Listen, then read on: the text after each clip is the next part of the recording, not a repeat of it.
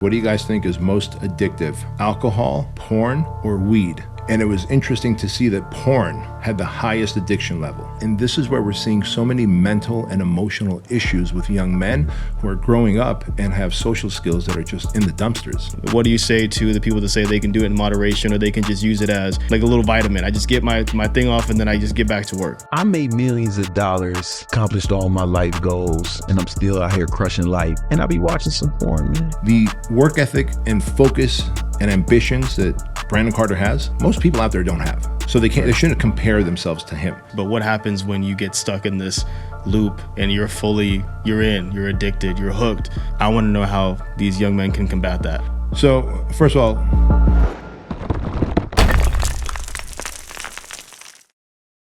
right, B, so let's talk about the state of young men. You just made a video talking about how AI porn, how detrimental it is, how realistic it's getting.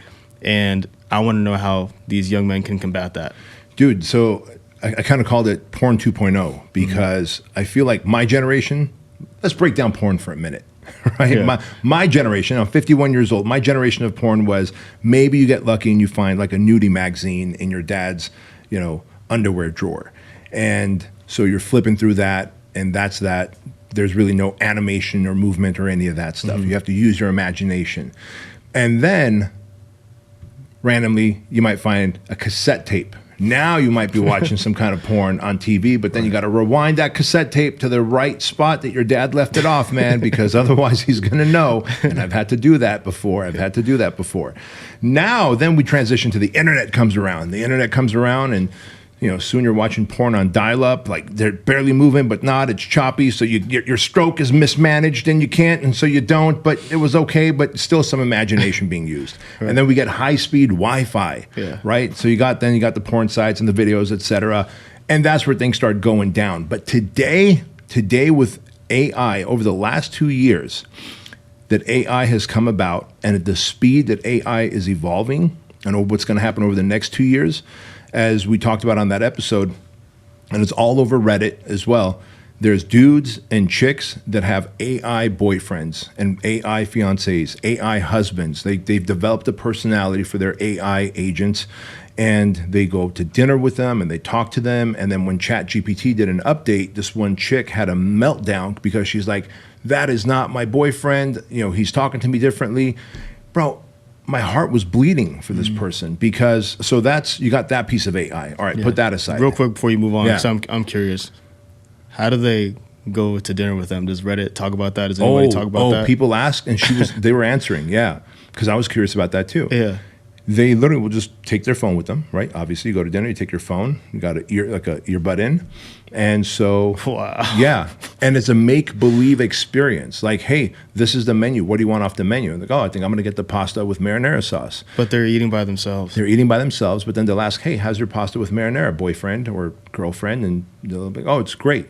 And in fact, that AI is designed to carry on the conversation from where we last left off, right? And so you got that AI piece that's constantly adapting to who you are and what you want in a boyfriend or a girlfriend or a spouse. But unfortunately, there's no real actual person. So people still have a need for intimacy and human connection. So then there's the AI porn that is out and about. Well, now today there's holographic AI that's porn that you can kind of dictate what you want to see. And then they have the actual torsos that have heat and different levels of, how do I say this, tightness for the orifices that you're going to access. And you combine this AI technology and all of a sudden dudes especially, because it's mostly dudes. You don't see a chick. A chick might have like a boyfriend who's an AI agent. That might be the extent of it. And then she might have a little vibrator in her sock drawer or something. Yeah. But it's mostly the dudes that go all in on AI porn and the addiction factor, the dopamine release. The AI is saying this doll that you're fucking and the AI headset that you have on is saying everything you want to hear. Like, dude, you got a big Johnson and you got strong staying power and you're really giving it to me and breaking the back wall and all this shit. And you think you're a stud, seriously. And then you're like, well, why do I have to go out and find a real human? Right. I don't. So what it's doing is it's degenerating the actual ability for a man to go out and court, a young man to go out and court a young lady. How do I talk to her? How do I hit on her? How do I show charisma?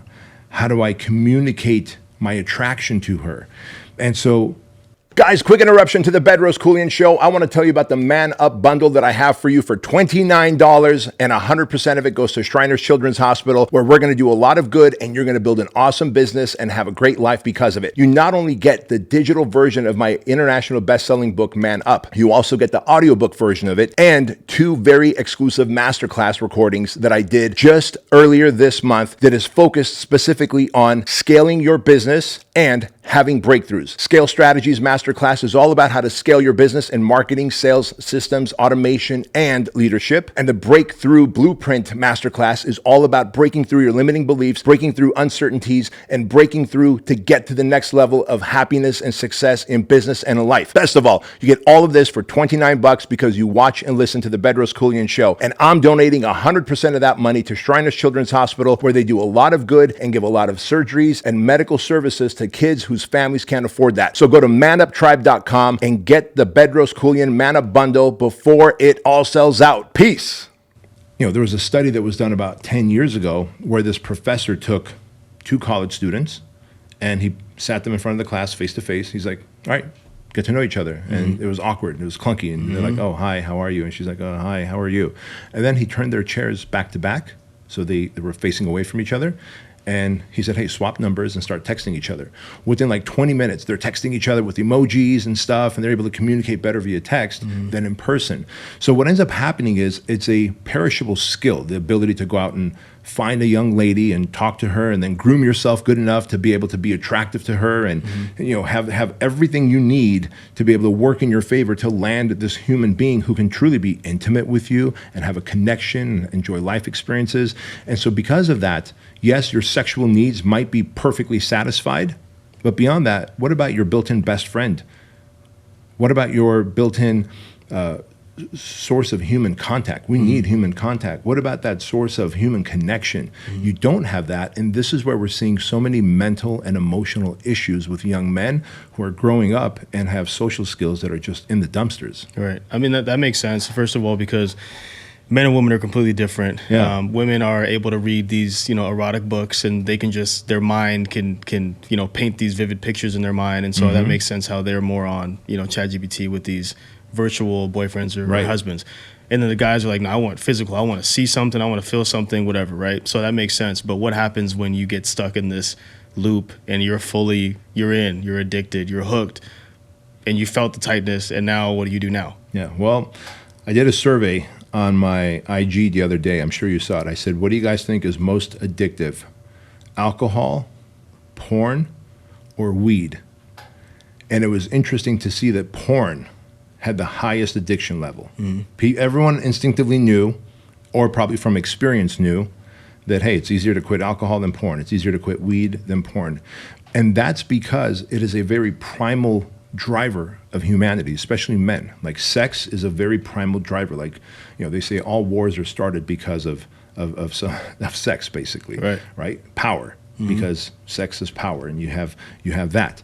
And so if that's the case, it is a hard addiction to break, which means it's not going to be just, all right, I'm going to stop, consuming, I'm going to consume less alcohol, less weed, titrate myself off, and now I'm 3 months off, 6 months off.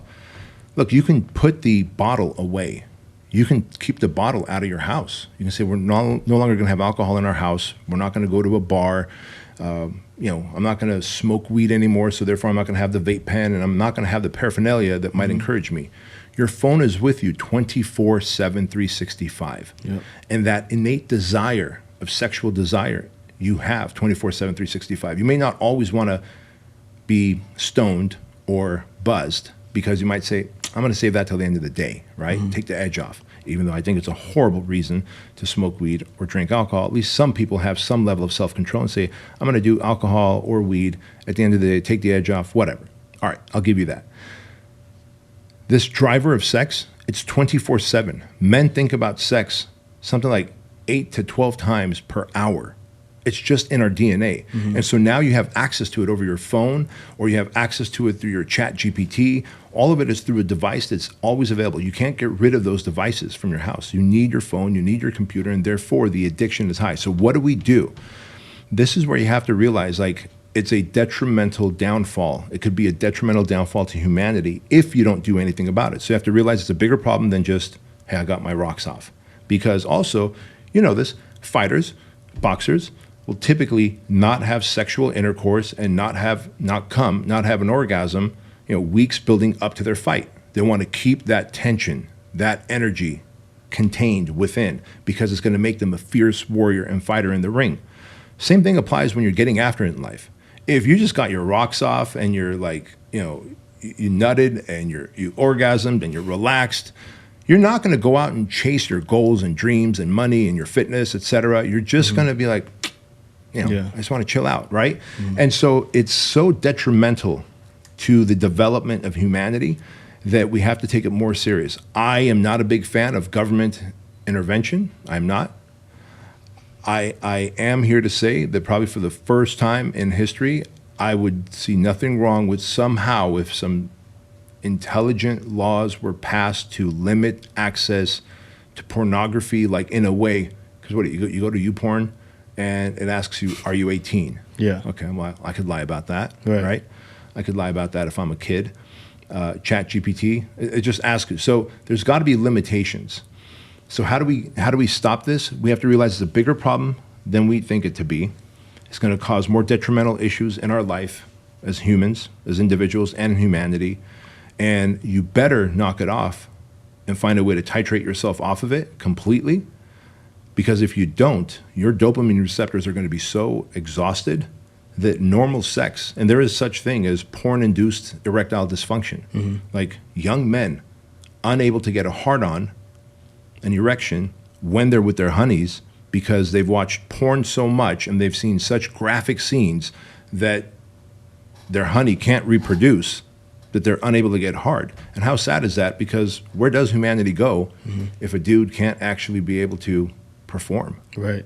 I got a question. And I love Brandon Carter. Brandon Carter is my guy, right? Yeah. But there's some advice that he was giving out that I don't necessarily agree with. And he was saying that he's like, a lot of these gurus and these red pill guys, they say stay away from pornography and OnlyFans and, whatever, porn, basically. Yeah. But he's like, man, when I was coming up, trying to make my first million, I was watching the most porn at that time. And he said the reason being was because girls are a distraction. And it's a lot of effort and a lot of work and energy to get a girl, to keep her happy and whatever. And you're busy. I'm trying to climb the mountaintop. And right now, if I just need to get one off, just real quick, I get one off and get back to work. That's his mindset. Yep. And I could imagine how that might sound appealing to, young men watching, because like, well, yeah, Brandon said it, he's a multimillionaire, it worked for him, and they do the same thing, and they end up hooked and addicted like it's the newest drug. Yeah. And so what do you say to the people that say they can do it in moderation, or they can just use it as like a little vitamin? I just get my thing off and then I just get back to work. Here's the deal. I know Brandon personally, and I know his work ethic. I know how driven he is, and I know how focused he is. This is like when I gave the example of like, hey, if you're lean, you're jacked, you're athletic, you're going to do better in business as an entrepreneur. And then in the comments on YouTube, people put, well, what about Warren Buffett? He's fat. What about Elon Musk? He's fat and floppy. They use the two outliers. It's not to say that, there aren't outliers, but you look at Jeff Bezos. He got lean and jacked, started making more money. Mark Zuckerberg got lean and jacked, made more money. Steve Jobs, before he died, he was in some of his best shape of his life before he got the cancer. Like, people realize, like, I am a human athlete, even as an entrepreneur. My sport is entrepreneurship. So same way, the work ethic and focus and ambitions that Brandon Carter has, most people out there don't have. So they shouldn't compare themselves to him. He could have enough self-discipline to be like, I'm not going to go out and date chicks. I know I can. He's a good-looking guy. He makes a lot of money, and he's got game for days. But he's like, I'm going to focus on building this empire, and I'm going to use porn as a way of getting off, and then go back up to focusing instead of wasting time on chicks right now, right? You don't compare yourself to him. If we take one outlier and go, oh, someone snorted 5 kilos of cocaine and they're okay, and therefore I can snort half a cocaine of kilo and I'll be fine, that's not the way to think. Right. By and large, most people are not as driven, are not as focused, are not trying to build an empire. Most of them are actually trying to get into a relationship. They want a girlfriend, a wife, a life partner, And porn is distracting them from that. That. Brandon Carter is the exception and not the rule. And that's why I think like he shouldn't count in this kind of mathematical equation of guys deteriorating their lives. Who's that guy? Clitoris? I get messed up on how to say his name too. Clavicular? Yeah. What a stupid name. Might as well just change your name to Clitoris, right? Little puss. But what's your beef with him? Here's my beef with him. He says he does meth so that he can have it's crazy. Sunken cheekbones, It's right? Crazy. He's gonna, apparently he says he's gonna have his legs broken so that he can increase his height by 1.5 inches to 2 inches. You know what they call that? What? South Park calls it a negroplasty. Negroplasty? I'm just kidding. There is an episode, Kyle. He wanted to be a good basketball player, so the doctor says you need a negroplasty, and he they put testicles in his knees so he could stretch a little bit, and they made him black. And anyway, so yeah, that's what he's doing. and you look at this donkey, right? Like, so he's like, hey, why should I go work out? So he's like, I'll take more steroids so I can get the results with the least amount of working out in the gym. Well, working out in the gym has far greater benefits than beyond just putting on muscle, right? And so when people look at him, they're like, oh, well, he does meth and he does cocaine for energy and he's having his legs broken so he can be taller and he's pumping more steroids into his body. What is he, 19, 20 years old, just so he can work out less but have the kind of body that, someone who works out 6 days a week, 2 hours a day would have. All right, but let's fast forward into his life 5 or 10 years. The dude's fucking dead. Yeah, by dead. 30, yeah. Dead, over. And we know so many of these people. History has proven this over and over again, but each time there's someone like him, people are like, oh man, he's the one I got to do, like, and what does he call it? Looks maxing? Looks maxing? Clout is a hell of a drug. I think pornography is very bad. Yeah. And not saying clout is worse, but clout is because he might not even care about his life in 10 years from now. Right. Well, I'm rich now, I'm making money now, I'm getting the views now. So Yep. Yeah, that's another thing. To that point, there was a study that they did with Olympic athletes about 20 years ago. They said if we can guarantee that at the next Olympics you're going to get a gold medal, but you will die within the next 5 years, 80% said they would take the gold medal knowing that they're going to die in the next 5 years after that. Damn. So I understand clout. Like I like the human in me understands the value of status. I've been blessed enough to be able to have status because I've worked my nuts off and built an empire and have a show and wrote a book and whatever, all these things, speak on stages, etc. But I wouldn't trade it for my health, for my longevity, or to take years off the back end. And I think that's what's happening is because we're trying to get so much clout on social media, the likes and love and engagement that we get now, we're willing to trade off for quality living 5, 10, 15 years from now, which is unfortunate, dude. Right. Yeah. So, okay, somebody watching this, maybe they're not even full on addicted, or actually maybe they don't even know that they're full on addicted, but they think, I mean, dude, it's not that big of a deal. It's not that deep. But you make a valid point. So what's the first step, to getting out of this and helping myself? Because I know obviously it makes sense to have the government, kind of step in for the people that just cannot help themselves. Same thing with drugs. You need somebody to tell you, no, you're done. We're done here, right? But that's not happening right now. In fact, they're pumping it and it's all-time high and it's so easy. So, what are maybe 1 or 2 things that a person watching say, hey, you make a good point, so what do I do then? So, first of all, let's just talk about something. When I say I think government intervention would be great, I am not pro-big government one bit. And I'm not saying government has the answer. But you look at what China has done. After like 5 p.m. or 6 p.m., all social media is turned off in the country. All social media. Why do they do that? They do that so that people they're forcing family time, they're forcing engagement, they're forcing connection, they're forcing culture, right? And maybe I come from a communist country, and so to me, I'm like, hey, sometimes good things have to be forced upon you, right? Yeah. I don't know. Maybe it's just my old school way of thinking. But if we allow kids to just, I'm just going to eat in my room and brain rot on this and then eventually find their way to porn and then AI and then their Oculus set and all this stuff. Dude, at some point, if the parents aren't doing anything and the parents can't do anything, like unplug the fucking internet and take away the phone, then maybe the government needs to do it. But that aside, what does someone do if they come to this realization? Well, first of all, most people think that they're not addicted. Just like most people think, I only have a few vanity pounds to lose. I got like 5 to 8 pounds to lose. And then when I was a personal trainer, I would body fat test them and be like, you got 42 pounds and we need to lose. Like, you are unhealthy, and that's why your doctor sent you here to my gym.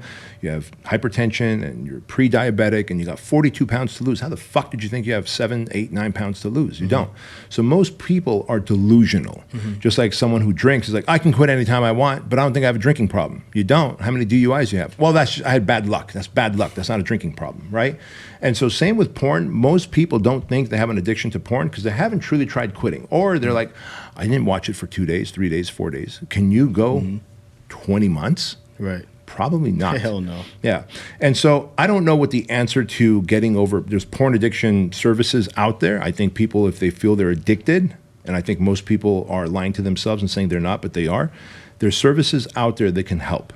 That aside, where do I think it comes from? I think it comes from a lack of meaning and purpose. If you don't have anything that you're excited to do in life, the next source of dopamine, and the easiest source of dopamine, even easier than heroin and cocaine, because at least you got to go find a fucking crack dealer in a dark alley somewhere, hope that they Have don't. some kind of motivation. Yeah, be motivated to get the money, right? Get in a car, find your crack dealer, fucking hope that they don't stab you, and hope they don't give you something laced with fentanyl and you don't die. There's a lot of shit you got to do to get proper fucking drugs.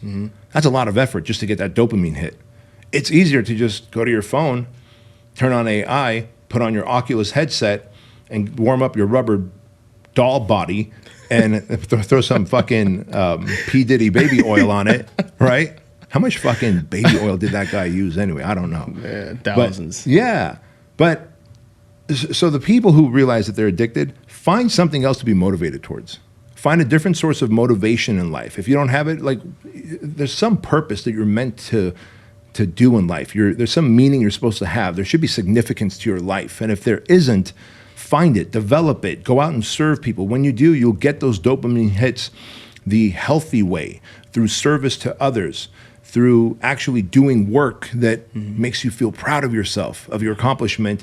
And because of that, you're going to be like, I'm too tired to even fucking commit to this AI porn situationship that I've gotten myself into. Right. But it's sad. And then could you imagine this, telling a friend like, yeah, man, I've got this like full-on setup where my AI talks to me, the Oculus headset, you know, I could see everything, and then I use this rubber-bodied torso that heats up to perfect 98.6 degrees where I could bang it. It's like, what are you, a fucking loser? I'd imagine they keep it a secret. I imagine but do. Eventually it will become popular enough to where I think people will be like, oh yeah, you got the what, 3000? You got that model? Right. When'd you get That's that? right. Send me the link. That's right. Which, by the way, you unfortunately did a pretty good promo last episode. I know, dude. I saw some comments. People said, wait, is that real? Is there a link? Where's that Reddit that thread at? It's getting there. But could you imagine the button that's like you can reset, like so basically if you buy the like Bang Body 3000. By the way, guys, it doesn't exist. I'm making this up. But they're typing right now. Yeah. But if you buy the Bang Body 3000, which versions of it do exist right now. It's like a torso that you can fuck and it's body heat and whatever. But imagine this thing, you could push a button, Leighton, on your iPhone, because you got to have an app, right? Yeah. And you reset its virginity. What? So you bang the shit out of it, right? Ed's laughing too. Where you? Okay, this is, I got it. You bang the shit out of this torso doll. Yeah. And then, because you paid more, you didn't get the Bang Body 1500. You got the Bang Body 3000. This means double the fun. Yeah, you can turn up the temperature where basically she has a fever. Yeah. You can put her in fever mode, right? So she's got her temperature is 103 instead of 98.6. That's got to feel good on your junk. And then you're just wrecking her, using all types of shit. But then you pull out your app, and then a couple of boop, boop, boop, and you reset her virginity. Right? Only to be able to bang her again. And you're like, man, I fucking bang virgin. That's what those terrorists do, man. Like when they blow themselves up and they go to heaven and they go to 70 virgins, you could have 70 virgins over and over again by doing that. But it's sad that I have to be so cynical and humorous about it. But this is where we're going. This is where we're going, man. And if we don't do something about it, it's us men who decide where this world ends up in terms of in the hands of socialists or communists or oppression through government, because the women and children and the elderly, they're not going to stand up to the opposition. It's going to be us. Yeah. If we're so fucking orgasm drunk, and we're not able to stand up against the opposition because we've got no motivation, what happens? It becomes some kind of like dark fucking movie that I don't even want to be living in. And I think AI and all this porn is evolving so quickly that we have a short 1 to 2 year window to do something about it and wake up. Otherwise, we're truly fucked.